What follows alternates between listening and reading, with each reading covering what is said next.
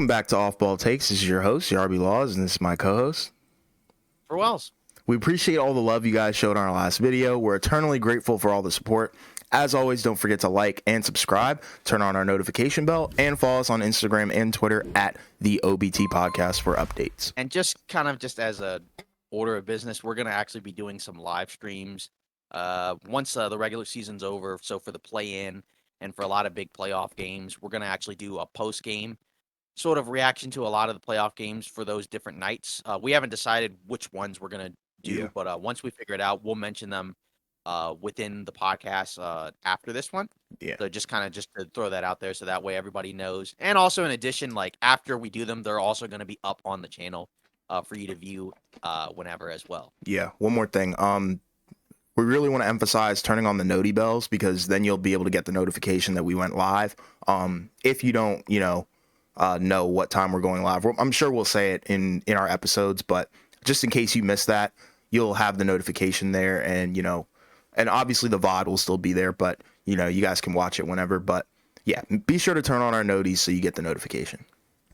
And we promise it will work this time. Yeah, it will work. It won't be on my alternate channel. We won't have any technical hiccups or anything like that. That was a one-time mistake. I promise. We both promise. Okay, so for our first order of business, so the other night, right, Joel Embiid against the Boston Celtics. No Jaylen Brown, but still, and no Robert Williams, but still, Joel Embiid puts up 52 points, 13 rebounds, 6 assists on 25 shots, right? Knocks down 12 of 13 from the line. Right, close game, close win, but nationally televised game, huge performance.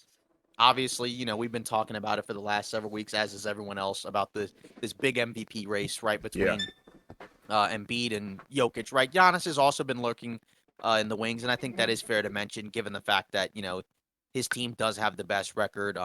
They're on their way as we're recording right now. The Bucks are playing against the Bulls, and if they win, they will clinch the best record in the league and in the Eastern Conference. So that should be thrown out there as well. But in general, right, most of the discussion has been between Embiid and Jokic. Right. So, part of what we're discussing right now is it kind of the point where maybe Embiid might have now kind of officially clinched it, especially when you consider Jokic against with the Denver Nuggets against the Houston Rockets, right? Initially, they were up for a good chunk of the game. Jamal Murray gets hurt, which, obviously is important, but still it's the Houston Rockets, and they end up getting blown out.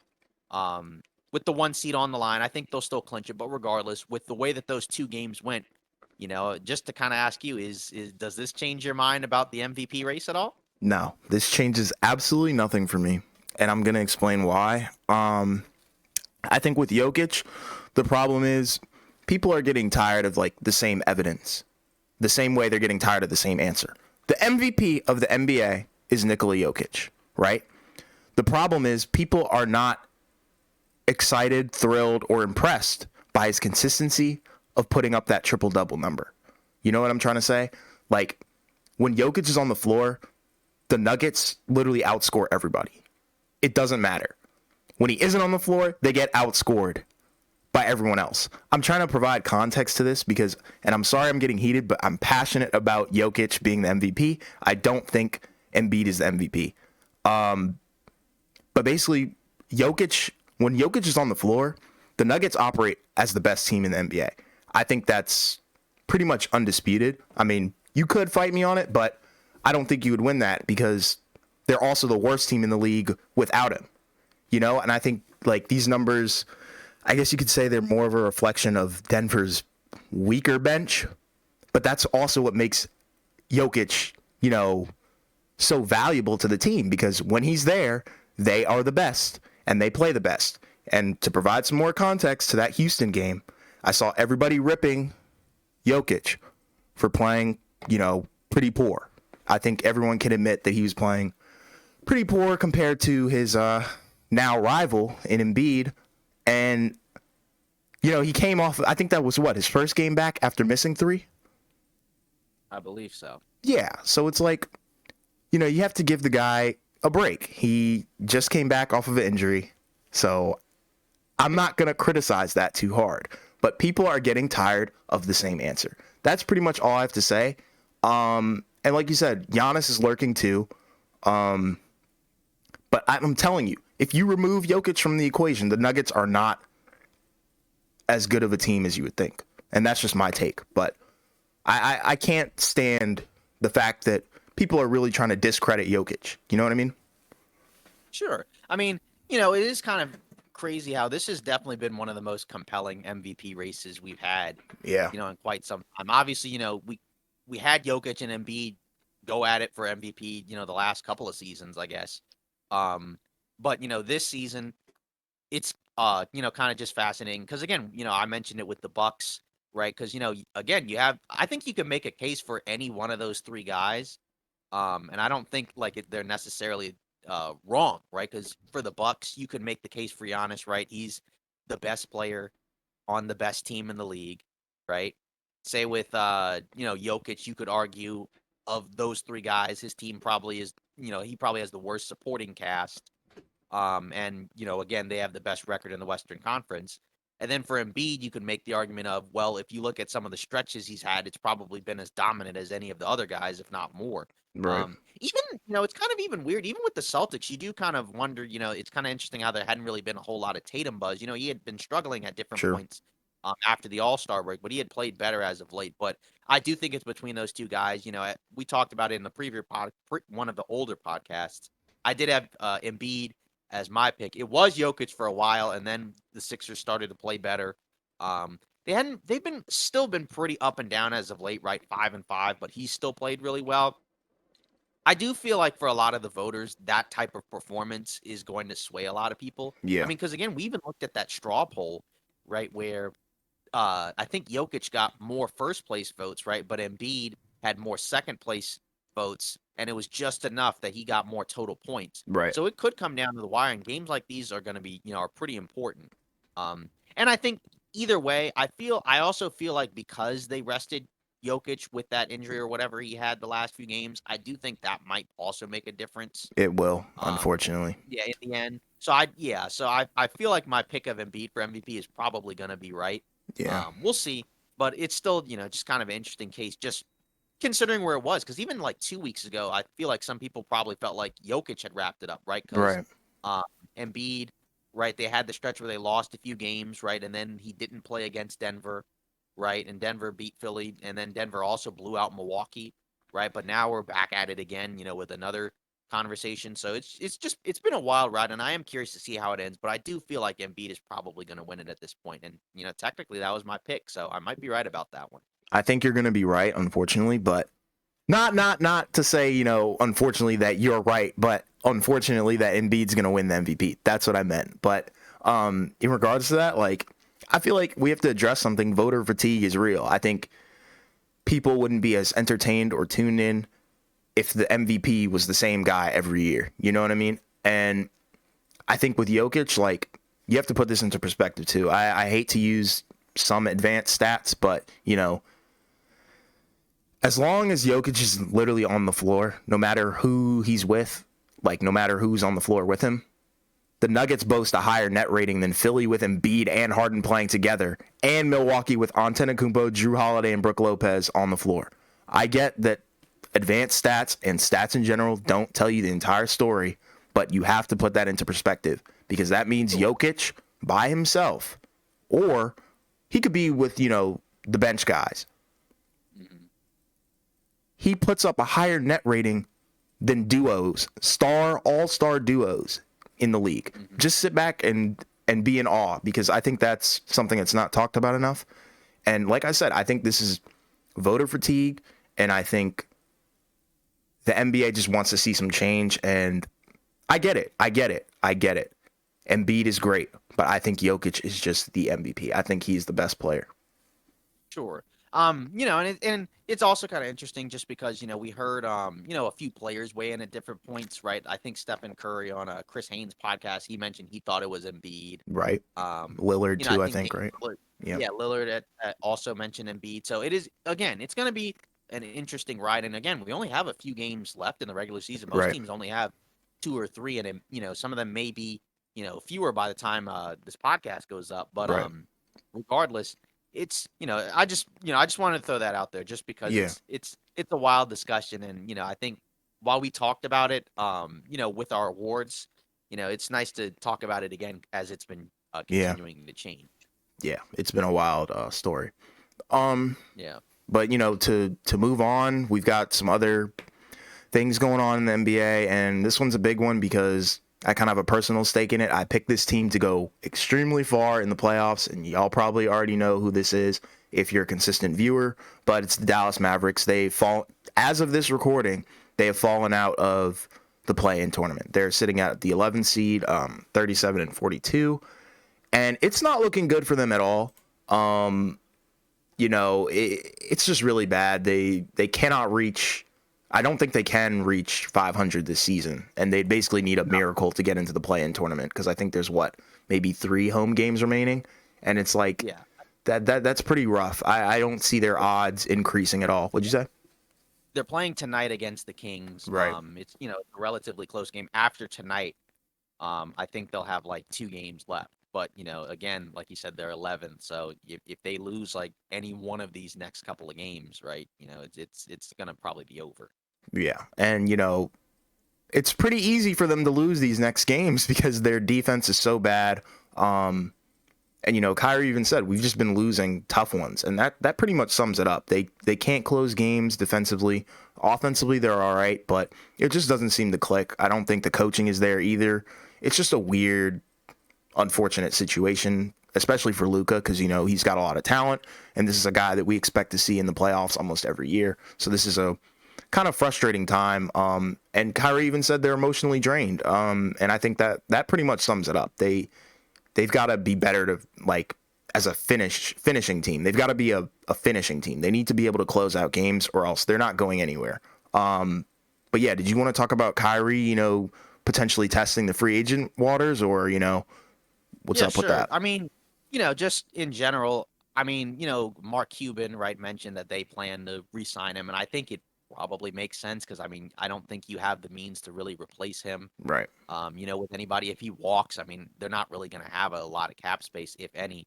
So, I mean, they're kind of locked into it, and it kind of goes back to, just mismanaging the Jalen Brunson situation, right? Where Yeah. you didn't have to give him the type of contract where he could just walk in free agency, right? Right. Most second round picks will still normally end up as restricted free agents, but, you know, he ends up walking, right? Which, again, makes sense, right? I mean, his father was hired as an assistant coach, right? The guy that runs the team, has a really good relationship, right? And you get to be, one of the stars of, one of the biggest markets in the league. So you can't really say no to that. But, just the fact that they really mismanaged that situation, and then the trade for Christian Wood was fine, Yeah. right? But I thought that was good. that's your yeah, but if that's your only real acquisition, and then your mid-level signing is JaVale McGee, It's right, not who enough. just hasn't really played at all for them, that's pretty rough. So it feels like this is kind of just the culmination of a bad offseason with some really bad decision making. And then you had the panic trade, and this was kind of one of the teams that we had talked about, at different points as maybe they're like a team that kind of makes like one of these weird trades where it's like, oh my gosh, we need to do something. Since they have, like you said, a superstar, right, who Right. should be in the playoffs every year. But it is kind of just weird, right? They're currently 37 and 42, right? Like you said, no means of reaching 500 with Kyrie and Luca together. They're 2 and That's 11, bad. That's which is bad.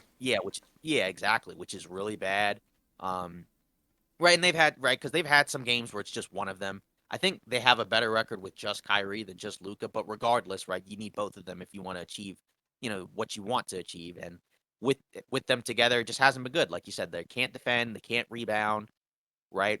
They can't close games, and like it's an in yeah, that's what happens when you mess up with the Brunson thing, and then you make a move and put together what I think is an incomplete roster. I think it's kind of like what happened when the Lakers made the trade for Westbrook, right? Where you gave up stuff to get somebody that you didn't really need to get, right? And Right. then you're in a position where, now you're like, you don't have enough pieces around you. So now you're kind of just in a position where like, well, how are we going to get out of this, right? So you're probably locked into re-signing Kyrie and giving him a big contract. I mean, because again, if you let him walk, you're not going to get anything of value to replace him. I mean, at this point, I feel like that partnership is probably going to have to stick, and they're probably just going to have to figure out a way to make it work. And it's going to be tough because, again, with not a lot of cap space, you don't really have too many options. I mean, for them, I wonder. there's been some people have suggested the idea that they might sit their guys, once it's It's like officially interesting. over because I believe their pick is top 10 protected, right? So I think that's from the Porzingis trade, right? Which Yeah. is another move that they, kind Yeah. of made a mistake on. Obviously he's been really good for Washington, right? But they gave up a decent amount of stuff to get him, and he wasn't, you know, he wasn't necessarily bad in Dallas, right? But he also had the issue of Subpar. not being able to stay healthy, and Yeah. and just in general, right? Like just if he's your second best player, you're probably not a great team. Right. Tell me about it. I mean, look, I mean, I guess, yeah, exactly. Like even with the Wizards, right? I mean, I mean, I know you think he's your best or second best player, right? Yeah. I Something like that. some it depends. I mean, like I think the general consensus is this season he's been our best player. Exactly. And like if he's your best or second best player, it's probably just not that good of a team. Yeah, you're not going to go Uh, that far. yeah, exactly. So I mean, for them, it probably makes sense at this point to probably just kind of call it in, right? I don't think it really makes a whole lot of sense to, get in as the 10th seed, in the play-in, win in the play-in, and then just get blasted in the first round and lose your first pick, like lose your first round pick. I mean, it probably just makes more sense, right? Use that pick and either get some young talent or, trade it to get somebody else. Um, I don't know. It's like we talked about it at when they made this trade, and we did think that Brooklyn made out better, but I don't think either of us expected Dallas to be like bad. No. Like we exactly, yeah. I don't like we weren't necessarily sold that their ceiling was a championship. I know you were higher on Dallas than I was, Yeah. anyways, but yeah, exactly. We didn't think they were going to be as bad as they've been because they've been again really bad, right? Like I said, with them they're 2-11, so it's just been one of the most bizarre, most disappointing teams of this season. Like, and I just wonder where they go from here Yeah. because I mean, again, when you have a guy who's as good as Luca, I mean, this is kind of a situation that you can't be in. Yeah. Like you said, just to reiterate, it's a case of mismanagement, poor coaching, lack of leadership, and just all around mistakes. I just think this is a team that's kind of stuck in limbo, unfortunately, for the time being. I think they can figure something out if they can hopefully build this roster and center it more so around their guys and, with defense and, maybe cut back on the shooters and really hone in on that defense and let the isolation guys do their thing. But that's just Yeah, my opinion. And like I said, I was high on the Mavs, so this is very disappointing to me, very disheartening. And this is not news that I would have thought I would have been talking about, a month or two ago. Like, this is just, I'm actually really surprised that this is even what we're talking about right now. yeah, and just to put a bow on it, you mentioned the leadership. Yeah, it definitely does. Need some work because you watch Luca and you just you watch like how he's not really giving any effort on the defensive end, Right. right? You can see like the frustration kind of boil over when things don't go right, and obviously it's we've seen this before from other players, right? When teams are struggling, but it's just that does need to get better. And again, it's been a tough season, right, for him, but he's got to learn, he's got to figure out a way to learn from this, and figure out how to bounce back because Yeah. this shouldn't happen when you have a guy like that on your team, Yeah. who's had a relatively healthy season for the Right. most part, right? It's not like it's a year where he only played in like 20 games, so they were going to be bad anyways. Yeah. And what's funny, don't mean to harp on this for too long, but it's funny that you brought up the defense, with Luka, the lack of defensive effort, I guess. I think it's funny because Jason Kidd was pretty much a really good defender, right? Yeah. Yeah, like, I mean, he was pretty good on-ball defender. And it's just funny, you would think a coach or a former player like that would have some more emphasis on that and putting that into their scheme and maybe even having it rub off on Luka. But that is not the case. And I really don't know where they can go from here. I mean, the only place that they can really go is up. I don't think this would ever happen again. And I think this is a wake-up call to them. They need to refresh the roster, do some big retooling over the offseason, and get rid of some guys and bring in some new ones. I think that's what needs to happen here. And hopefully they definitely figure out this leadership thing because I think Kyrie has proven himself not to be the most capable leader, and Luka's kind of falling into that lane as well, unfortunately. And I think I brought that up on a really early podcast when I first talked about when we first heard that Kyrie was being traded. We were like, how are two diva-esque players going to work, And clearly that none of them are taking real accountability. So, I mean, I'm sure, like I said, they'll figure it out because the only place they can go from here is up. But how long will it take, you know? Right. So moving on into our third topic, there was a lot of talk, over the last week or so, right, from some people, who believed, that this could happen, but we didn't necessarily want to report on it until we knew for sure. But Yeah, according to Adrian Wojnarowski, right, Andrew Wiggins, is now basically on his way back to return for the Warriors. I think you and I both thought at some point he probably would be back. Obviously, we didn't necessarily know what was going on. It was right. reported by Shams that his father was dealing with some, serious Medical medical stuff, yeah. issues going on. Yeah, Yeah. exactly. Yeah, there had been rumors going on about other stuff, but we're not going to talk about that because I didn't, I'm not going to acknowledge any of that. It's But not really that relevant, to be honest, anyways. exactly. Yeah. Yeah. And again, I'm not, and that's kind of an example of people need to kind of wait until stuff is officially vetted Yep. before they draw conclusions. But obviously, it's great for him. Hopefully, his situation with his father gets resolved. But it's good to have him back on the court, and obviously, I'm Yeah. sure the Warriors love to have him back on the court. Because obviously they've been struggling for a good chunk of the season.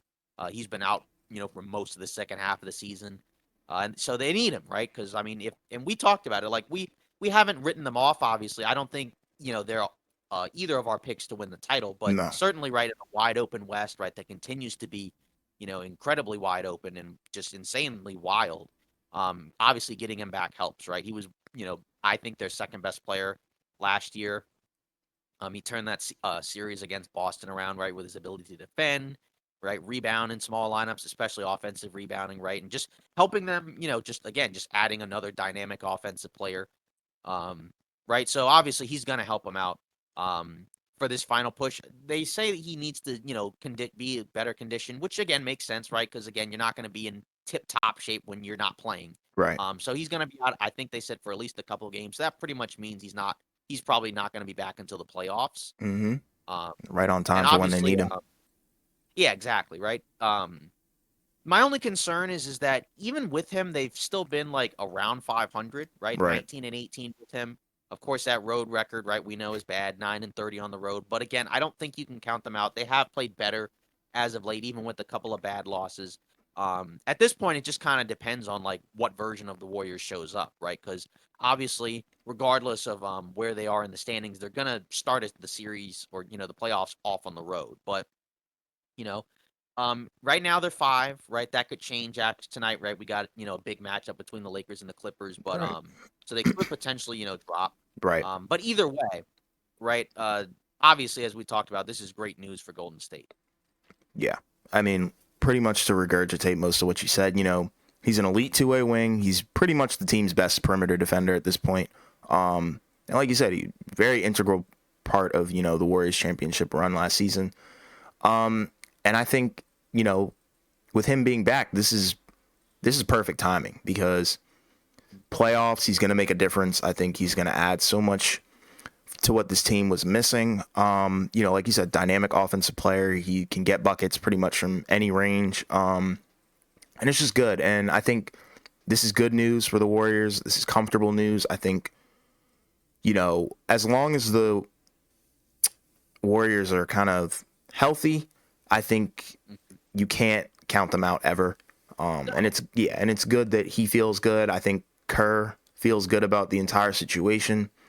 And, with Wiggins back, I think this kind of potentially could shake some things up in the West. I think a lot of teams should be afraid if they're going to be playing them and he's in the lineup because it's going to be a different team. And Right. that's the thing that needs to be talked about is how is this going to affect other teams? How do you think it's going to affect some other teams? Don't mean to put you on the Yes. spot, but Yeah, exactly. So, so as we talked about it right now, they're 5th in the Western Conference. It could change if, right, if the playoffs were today, they would play the Phoenix Suns, right, right? And that's kind of another team that's, obviously undergone some change, right? They made the trade for KD. They're on a 6-game winning streak. yeah, It's kind of funny, right? Because even though they've won the 6 games, it kind of feels like they're going through the motions. It doesn't really feel like that they've necessarily hit their ceiling peak, yeah, yet. So that's kind of, something that, like with the Suns too, could shake things up. It would make for a really entertaining first round series, right? Steph versus KD. yeah. Um, That would be obviously, insane. Holy, yeah, that would be yeah, exactly. But like you said, I think it does provide for a huge shakeup, regardless of where they are, right? Because again, they're 5th right now, but Obviously there's a ton of different scenarios that could affect certain things. Let's say if the Lakers, for example, if they win their remaining 3 games, right, the Lakers are going to be 5, um, right, and that obviously would push the Warriors to either 6 or 7. Right. And obviously that would change who they play. In the Western Conference, it feels like the ideal spot for these lower seeds is probably 6. Because if you're 6, you're going to play the Kings in the first round, and the Kings are no slouch. Obviously, they're Yeah. really good. But I feel like a lot of these teams would probably prefer to play them in the first round. Plus, it also means that you avoid Denver and you probably play Memphis in the second round. Yep. Um, right. So depending on whether or not you think Denver or Memphis is more dangerous, but I think most people would still probably prefer to play the Kings. So I think for the Warriors, it's definitely a huge shakeup. I think that with Wiggins back, that pushes them back towards the top part of the West, right, in terms of like the teams most likely to come out. Like for example, I think the Warriors have a better chance of coming out of the West than Memphis. Maybe other people Right. disagree, but I No, I personally feel think they that. have I a think better that's valid. yeah, right. I think that they have a better shot to come out of the West than the Kings. I know that there's a lot of people, right, that feel like, if they were to play the Warriors in the first round, they could beat them, and maybe they do. But, I still feel like that this team has another level that they can reach. And, again, maybe I'm wrong, but, I don't think you can, write off a team with Steph Curry, Right. especially when you have the other guys like Clay, like Draymond, Wiggins, Poole, right? All Yeah. those guys, Steve Kerr as well. So either way, regardless, they're definitely a team that you're not going to want to face in the first round, right? I Exactly. kind of, yeah, exactly. So it's going to be really interesting to see how how this postseason shapes up because there's a lot of variables and scenarios that we're still kind of waiting on. There's Right. still no matchups that are set yet, right? Even Yeah. at this point, they'll be done by the time we record our next podcast. But for now, it's kind of hard to necessarily make predictions about anything You're because we right. just don't know yet. Exactly. But like you brought up a great point. Like the number 6 spot is literally the sweet spot because with the Kings, I feel like if you're playing the Kings, like there's a little bit of leeway there, like Yeah, because you don't know what the Kings are about, and you can honestly kind of count them out. I'm not saying like the fans can, but the other teams kind of have that little inkling of leeway to just hmm count them out for a little bit. But like, if you put it into perspective, we don't really deal with hypotheticals, but say the Warriors were the 3rd seed, I think it would be a completely different thing. Like, 6th seed wouldn't be the sweet spot. I think that just shows you how feared the Warriors would be, wherever they are, if they were higher up than 5 or, even a little bit lower. But, I think, like you said, this Wiggins return is great. And it adds so much depth and volume to their roster that they desperately need. yeah. One thing on the Kings, What's they up? are the only team in the Western Conference that's really good on the road because there's a Right. couple of teams that are like 500, right? Like the Clippers and the Lakers are both 500 on the road, which is Right. kind of surprising to me, just, given their records, especially the Lakers, especially with the way they started. Denver is like a game below 500 Right. on the road, and then, everybody else is under 500. Then you have the Warriors, but like it is kind of interesting how the Kings are the one team that's really going on the road, and that could and again, we talked about the 6th spot is kind of the sweet spot that a lot of teams could hit, but that road record could make a difference because the Kings might be a team that actually might just, show up on the road and, outplay Yeah. a lot of these other teams. That's a fair point. And, we've already talked about it. The Kings are no joke. We take them seriously. So that's no knock on them at all. So I think they're a contender, but I think around the league and in that Western Conference, I don't think they've proven themselves quite yet to the other teams. So that was just the Exactly. point I was making. Yeah. Yeah, and that's for me why I just can't write off Golden State because I just think Exactly. because of what they've been able to accomplish in the past, I think they're the one team They're where even though proven. they've struggled a lot this year, they're like the one team where it's like if there's a team that's been struggling, but then somehow makes it out okay, who would it be? I feel like they would Hmm. be one of the most likely, just because Oh, we've yeah. seen them win at the highest level before. Whereas some of these other teams, that have also struggled that are in a similar spot haven't done that yet. Yeah. Great points Yeah, all around. yeah. So to just wrap it up with like a quick little news nugget, I guess, just one for today. So according to the Athletic, um, so Wes Unseld Jr., your coach for the Washington Wizards, it sounds like he's going to be back. This is his Right. second year, right? Yeah. Yeah. Well, this is his second year, I think, Yeah, currently. exactly. Yeah. Yeah. So it'll So, be his third on so the next one. Yeah. exactly. So it sounds like he'll be on his way back, right? Obviously, with the Washington Wizards, they started the year off pretty solid. Yeah, we were But pretty good. now, yeah, exactly. But now, obviously, 34, 45, right? They've been out of the play-in, right? So they're pretty much vying for a lottery pick. They've been sitting their guys. Yeah. Um, so I guess overall, as the resident Wizards guy over here, right? Hmm.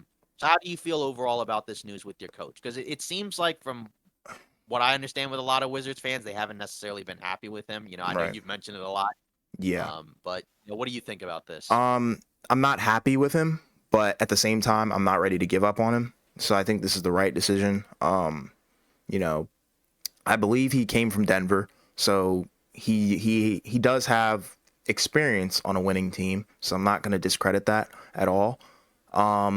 I just think he needs to show us a little bit more, and I think that's what this year is going to be for. I think with this second year, we kind of, I'm not going to say tanked, but towards the end of the season, we've kind of tanked, and like you said, sitting our guys, just waiting to see where we could potentially fall in the lottery. I think that's what the goal was, and test out the younger guys and the G League guys and the two-way contracts.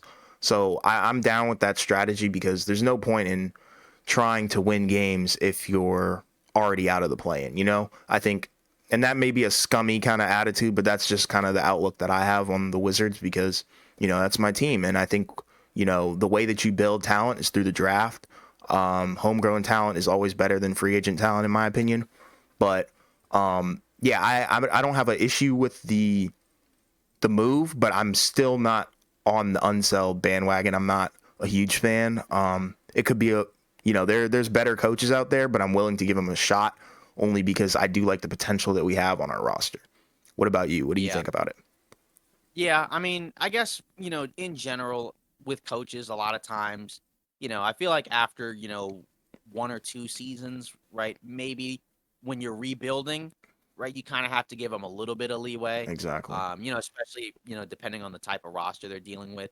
I mean, I do feel like they have talent, but I also just feel like I don't know necessarily like if it's like talent that's good enough to compete for a playoff spot. I mean, Right. you look at the conference, right? You look at Milwaukee, right? Boston, It's not. Philly. It's not enough. Yeah, exactly. New York, right? But then at the same time, you do kind of wonder, right? Like with some of these other teams, like say, I don't know, a team like, Chicago or Toronto, right? Does it feel like the Wizards have like significantly less talent than those teams? Maybe you might feel that way, but Right. and that's kind of where the coaching can make a difference, right? You look at say like Oklahoma City, right? And Oklahoma City's been, competing for a play-in spot all year when nobody thought that was the case, right? Right. Exactly. Um, or say like a team like even a team like a Utah, right? Nobody thought Utah was going to be competing for a play-in spot. They're not going to get in at this point. But still, right? Pretty much most of the year they've been somewhere, lurking around. So I don't know. I mean, in fairness, I mean, I've watched some of the Wizards games, Hmm. right? But obviously, I'm not as locked into the team as you are. But Right. I do think like one more year I think is fine. Yeah. Like I don't necessarily think 2 seasons has to be like the cutoff point, right? But I'd say like if you have a third straight season with him, right? And then things kind of just fall apart, especially if you have like a healthy year, right? Because they've had a lot of Exactly. issues with injury this season. Yeah. Um, so like if they have a relatively healthy year next year, right, and they're just really bad and they stink, right, that it might be time, to get rid of him then. Right. But I'm not opposed to the idea of like giving a coach like 3 years, right? Yeah. 1 year I think is too little, right? Unless it's just like really clear that they're underachieving, right? Like if they have a really good roster and they just stink, right, then Yeah. that's one thing.